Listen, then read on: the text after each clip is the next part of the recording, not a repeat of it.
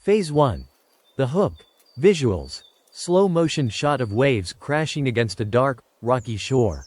The sky is overcast and gray. A lone figure stands, back to the camera, staring out at the unforgiving sea. Narrator. There is a particular kind of ghost that haunts the living. It isn't a specter of the dead. It is a ghost of the future. A phantom of a moment you have yet to live, but which consumes your every waking thought. It is the moment you will finally be vindicated. The moment they will finally get what they deserve. We will call this haunting, the prisoner's vow. It is the silent promise you make to yourself in the dead of night that you will not rest, you will not be whole, until a wrong has been made right. But this vow, meant to empower you, becomes the very bars of your cage. Stay with me, and I will show you not only the key to this cage, but why true freedom lies in realizing you were the jailer all along. Phase 2. The problem. Visuals. A montage of stark, painterly shots. A close-up of a character's hand clenching into a fist until the knuckles are white. A memory flashes by. A burning home. A loved one's face filled with sorrow. A shot of the character training relentlessly, their face a mask of grim determination. Narrator. You know the feeling. It's a low hum beneath the surface of your days. A dissonance. You might be laughing with friends, working, even finding moments of quiet, but the hum is always there. It is the unfinished business of your soul. Someone wronged you. Deeply. A betrayal at work, a promise broken by someone you trusted, a wound inflicted upon your family that has never properly healed. And so you replay the scene. Over and over again in the theater of your mind. You are the director, the writer, the star. You rewrite the dialogue. You imagine what you should have said. You choreograph the confrontation to come. This mental rehearsal feels like preparation. It feels like control. You believe that by keeping the wound fresh, by honing the edge of your anger, you are staying sharp. Ready. You tell yourself that this focus gives you drive, a dark energy that pushes you forward when nothing else will. Imagine you're driving on a long journey at night. In your rearview mirror, you see a pair of headlights. They belong to the person who cut you off miles back, who nearly ran you off the road. And so you fixate on them. You watch their every move in the mirror. You adjust your speed to theirs. Your entire journey becomes a reaction to their presence behind you. You are so focused on the injustice in your mirror that you fail to notice the beautiful, moonlit landscape you're passing through. You miss your turn. You are no longer driving toward your destination. You are simply driving away from them, which is to say, they are still dictating your path. This is the hidden cost of the prisoner's vow. The person who harmed you has likely moved on. They are living their life, while you have paused yours. The vow doesn't keep them imprisoned. It keeps you chained to the single worst moment of your life, forcing you to relive it, day after day. The poison you so carefully prepare for your enemy, you are the one who drinks it, every single morning. Phase 3. The solution. Visuals. We see a young boy, Thorfinn, his eyes wide with innocent admiration for his father, Thor's. The scene is warm and sun-dappled. This cuts sharply to a teenage Thorfinn, his face gaunt and smeared with dirt and blood, eyes narrowed with a cold, obsessive hatred. He is a predator, focused on one man, Askeladd. Narrator. To understand the way out of this prison, we must travel north, to the cold fjords and bloody battlefields of the Viking Age. We must look into the eyes of a boy who made the ultimate prisoner's vow. His name is Thorfinn, son of Thor's. After witnessing the murder of his father, a legendary warrior who had renounced violence, Thorfinn dedicates his entire existence to a single, crystalline purpose: to kill the man responsible, Askeladd. This vow is not a passing thought, it is the core of his being. It dictates where he goes, how he fights, why he breathes. He becomes a prodigy of death, a whirlwind of blades on the battlefield, all for the chance to earn a duel and fulfill his vow. Thorfinn's story is not a simple tale of vengeance. It is a sermon, written in blood and steel, on the profound emptiness of that pursuit. It teaches us a philosophy of liberation, which can be broken down into 3 stark truths. First, the misdirection of purpose. Visuals. A montage of Thorfinn fighting with desperate ferocity. He is small, but inhumanly fast. He cuts down larger men, but his eyes are never on them. They are always searching for Askeladd, who watches from a distance with a look of complex, almost paternal, amusement. Narrator. For over a decade, Thorfinn has a reason to wake up every morning. His purpose is simple, clear, and absolute. Slay Askeladd. This clarity can feel like a gift. In a world of chaos and uncertainty, you have a northern star. Every hardship, every wound, every sacrifice is justified because it serves the mission. Your pain has meaning. But this is a grand illusion. Revenge is not a purpose, it is a parasite that masquerades as one. A true purpose is generative, it builds something. It builds a family, a skill, a community, a home. Revenge is the opposite. It is purely destructive. Its only aim is to tear something down. It builds nothing in its place. Thorfinn becomes one of the most skilled fighters alive. But for what? He has no friends, only temporary allies. He has no home, only the battlefield. He has no future, only a single, bloody destination. His vow has given him a map, but it is a map to the edge of a cliff. Second, the corrosion of the self. Visuals. Close up on Thorfinn's face. It's hard, emotionless, almost inhuman. He shows no joy in victory, no camaraderie with his fellow Vikings. To keep your anger pure, you must cauterize all other parts of yourself. Compassion is a weakness. Joy is a distraction. Love is a liability. Slowly, methodically, the quest for revenge burns away everything that makes you human.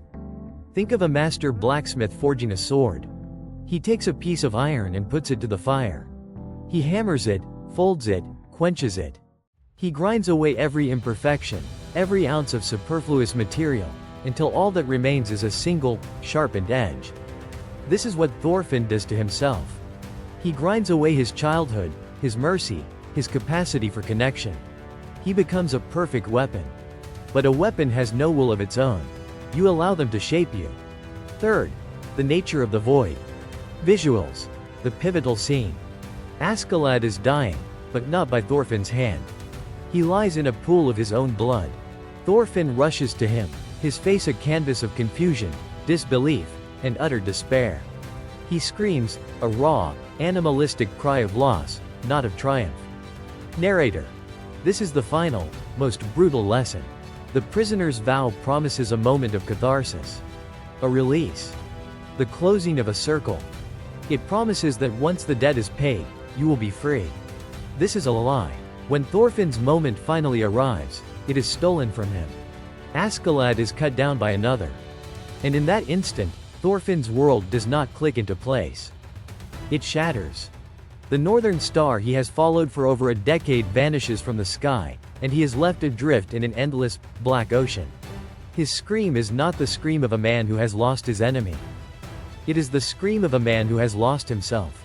The one thing that gave his suffering meaning is gone. And what is left? Nothing. A hollow space where a life should have been. This is the true nature of revenge. It is not a destination. It is a void. Imagine a man who spends his entire life building a raft. He uses the finest wood, the strongest rope. He sacrifices relationships, comfort, and health, all to build this perfect raft. His one goal is to cross the ocean to kill a man who wronged him as a child. After a lifetime of labor, he sets sail. The journey is arduous, but his hatred fuels him. He finally reaches the distant shore, finds his enemy, now an old, frail man, and strikes him down. He stands over the body, victorious. He turns, and he sees his raft, the magnificent obsession of his life, now just a pile of wood on a foreign shore. He looks around and realizes this new land is barren. There is nothing here for him. He looks back across the ocean, but he no longer has a home to return to. He destroyed it to build the raft. The great purpose of his life is fulfilled, and he is left with absolutely nothing. He is utterly, and completely, alone. This is the sermon of Thorfinn's youth. The path of revenge does not lead to peace. It leads to desolation. The only way to win is to refuse to play the game. Phase 4. The application, visuals, a shift in tone. We see images of quiet contemplation. A character sitting by a still lake at dawn. Hands planting seeds in dark, rich earth.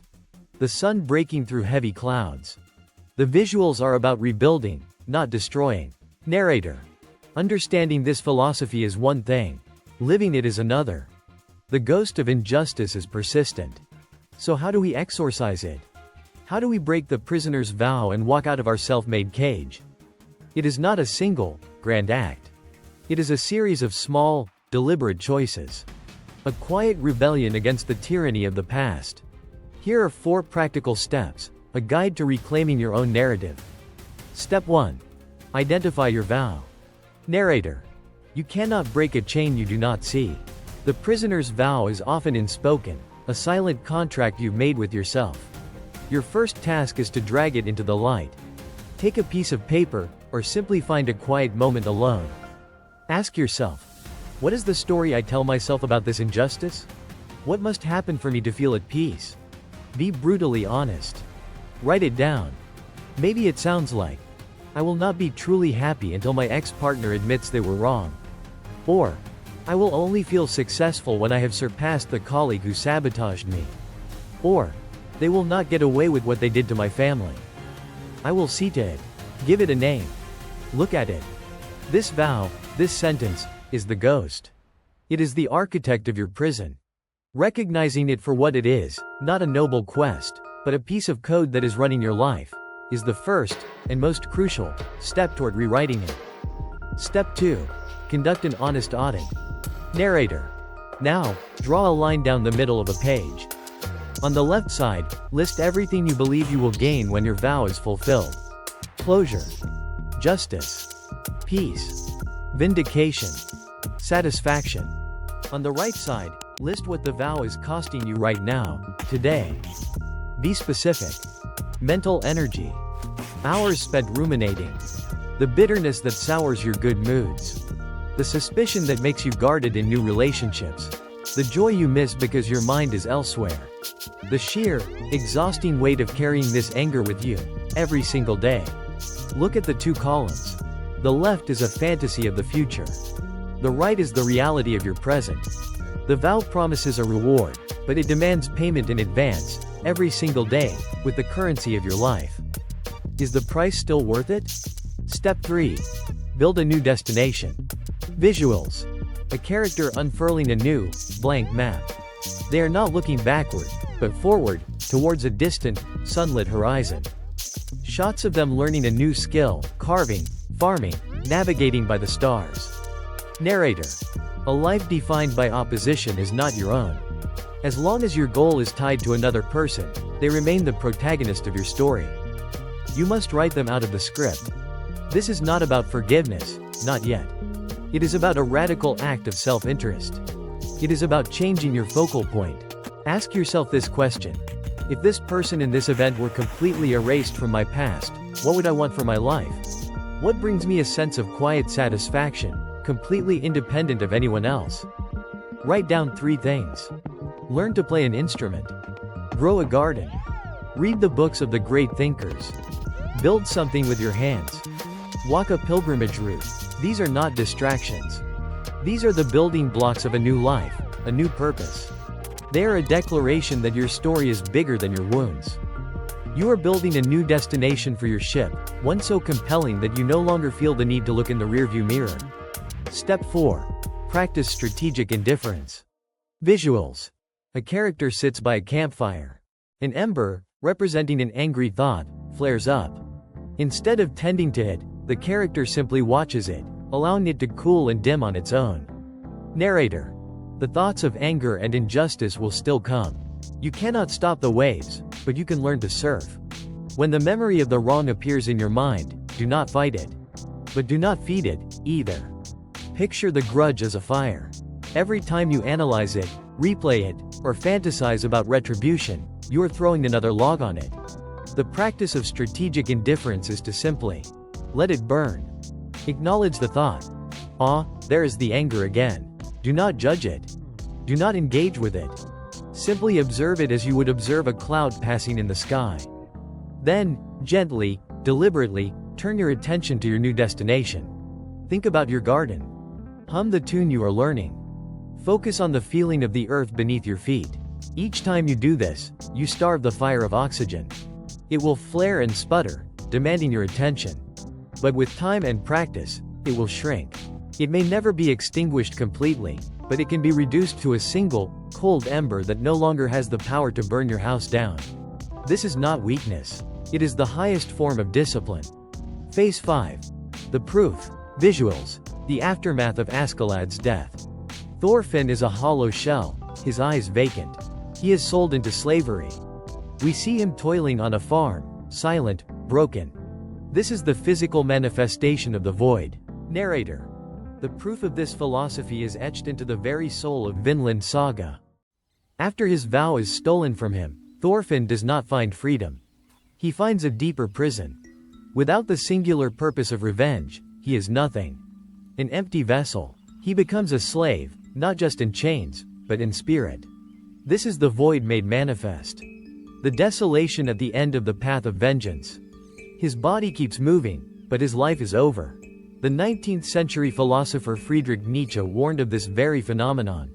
He wrote, "He who fights with monsters should be careful lest he thereby become a monster." And if you gaze long into an abyss, the abyss also gazes into you. For 10 years, Thorfinn gazed into the abyss of his hatred for Askeladd. And when Askeladd was gone, the abyss gazed back and consumed him whole. He had become the monster he was hunting, a being of pure, unthinking violence, and when that violence had no target, it collapsed inward, annihilating him. But this isn't just the stuff of sagas. It is a fundamental truth of the human psyche. We see it in the bitter divorces that consume decades of two people's lives, leaving them emotionally and financially bankrupt. We see it in the political partisans who derive their entire identity from hating their opposition, becoming shrill and empty caricatures. The inverse is also true. The most powerful stories of healing are not stories of retribution, but of release. Think of Nelson Mandela, emerging from 27 years of unjust imprisonment. He had every right to seek vengeance against his captors, to burn down the system that had stolen his life. Instead, he chose reconciliation. He broke the vow. He knew that to hold on to that hatred would be to remain a prisoner, even as a free man. He chose to build a new destination, not just for himself, but for an entire nation. He proved that the ultimate power is not the power to destroy your enemy, but the power to write your own future, free from their shadow. Thorfinn had to learn this lesson in the dirt and mud of a Danish farm, a long and painful journey we will explore another time. Phase 6. The call to action. Visuals. Final, beautiful, sweeping shots of a rugged but peaceful landscape. A sunrise over a misty field. A character looking out, not with anger, but with a quiet, hard-won peace in their eyes. Narrator. The prisoner's vow feels like a shield, but it is a cage. It promises justice, but delivers only emptiness. The path to freedom is not found in settling old scores, but in the quiet, courageous act of walking away from the fight and starting to build something new, something that is truly your own. So I leave you with a question. Look inward, to the quiet place in your heart. What is one vow, one grudge, you are ready to let go of to reclaim your own story? Share your thoughts in the comments below. Your testimony may be the key that frees someone else. If you seek a path away from the noise of the modern world and towards a deeper understanding of the human heart, of the struggles that have defined us for centuries, then join our parish. Subscribe to the Farmland Preacher. Thorfinn's story did not end in that void. His journey out of slavery and toward a new purpose is one of the great tales of atonement ever told. To understand that next chapter, and how to build a life after the battle is over, watch our next sermon. The Weight of a True Warrior. Atonement in Vinland Saga. Now, go in peace. And build.